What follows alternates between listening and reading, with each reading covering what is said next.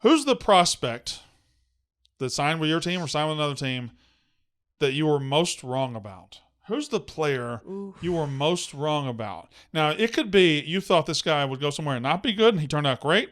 Because I think if you looked at an NFL perspective, I thought Jalen Hurts would be shitty in the league. I thought he'd be terrible. I laughed at Philly when they drafted him, and he turned out to be an MVP caliber player. Now, but in college, I don't mean to come up with you guys, but I was there in 2014 when we played you guys, and I say this name a lot, but Speedy Noyle. That was the one I had in my head too. Everyone was so high on Speedy Noyle. He was like a 7-star recruit. He was a stud, and he might have had 2 touchdown catches in his life. It was a disaster. It was a disaster. Tate Martell. I've never really said this, but the most wrong I've been about somebody is definitely Joe Burrow. I called him like check down Joe heading into his Heisman season. And even throughout the Heisman season, I was still like, no, the Cinderella's shoe is going to have to not fit and it's going to fall off. And even into the NFL, I was kind of low on him, and I'm just dead wrong. And I mean, obviously, I admit it now, but I was very wrong about Joe Burrow.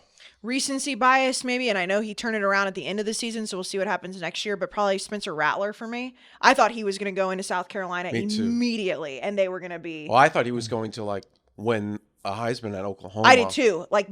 Then going and saying, okay, well, he got benched for Caleb Williams. Caleb Williams is, now we know, a Heisman Trophy winner. He's going to turn it around. That did not happen. I'm going to say a name that neither of y'all might know. But back in 2006, 7, somewhere like that, Mississippi State was recruiting this quarterback from Louisiana. He was 4 or 5 star. He ended up signing with LSU. His name was Ryan Perrilloux. Yeah. And I thought he was going to be the next great thing. And he was just, I think he might have started 1 game for LSU. Ryan Perry. I think he was one of the top he got into trouble. ever. He was a huge, big-time recruit. It's easy to do, though, when it's your school because you have to buy into the hype to give yourself hope. Like Kenny Hill is somebody who I was just over the moon about. Kenny Hill? Yeah, Kenny Trill. He beat South Carolina, and they had him better than Johnny Manziel the next year. But when it's your school, I don't feel like you can hold yourself accountable for it. You know who took care of that Kenny Hill crap? Mississippi State? Mm-hmm. They were the first one to beat him. That's what I'm trying to tell you. Well. What about, I don't think personally, but just Jamie Newman. We talked a That lot was about so this. weird. Remember, he was going to be Georgia's quarterback, and we thought they're going to be so good, and he's going to be a first-round pick, and then he just never played again. I don't think he even plays in the XFL. Just disappeared. He's CFL. I looked at Oh, nice. Or was Tyler that Van most Dyke. recently? Eric. Well, let's not close the book on Tyler Van Dyke. Well, so far at least. Eric Gilbert, I think, is one at least recently for me. Where it's like this guy's LeBron. So we didn't talk about him. He transferred to Nebraska a couple weeks ago. Nebraska, they're excited about it. Stop getting excited about Eric Gilbert.